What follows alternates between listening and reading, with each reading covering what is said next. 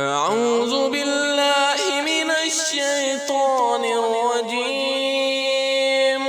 بسم الله الرحمن الرحيم.